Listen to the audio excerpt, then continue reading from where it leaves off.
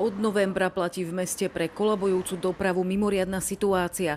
Dokončenie mini-obchvatu je preto kľúčové. Dnes oznámili ďalší posunutý termín jeho dokončenia. Za tých 275 dní predpokladám, že tých 280 dní maximálne by to mohlo byť zrealizované. Nový dodávateľ by tak mal stavbu odovzdať do 9 mesiacov. Tento termín môžu ohroziť len dve veci. Nepriaznivá zima a rozpad niektorých častí stavby, ktoré neboli po zastavení prác v októbri 2014 zakonzervované. Dneska nemôžeme povedať, že všetko, čo je tu urobené, je zlé, alebo všetko, čo je tu urobené, je dobré. Doteraz bolo preinvestovaných 14 miliónov eur. Na dokončenie sa vysúťažila cena 31 miliónov. Investor stavby, štátny podnik Slovenská správa ciest, sa teraz mimoriadne poistil a preto zmluva s novým dodávateľom má prísnejšie sankcie. Dali sme si penalizáciu nielen za ukončenie stavby, ale aj za mesačné plnenie a podobne, čiže naozaj dodávateľ bude tvrdo kontrolovaný, tvrdo mu bude šlapané, jak sa hovorí, na päty. Stavbu mini obchvatu zastavila aj preto, že pôvodný dodávateľ Hand BADS meškal s prácami a neplatil subdodávateľom.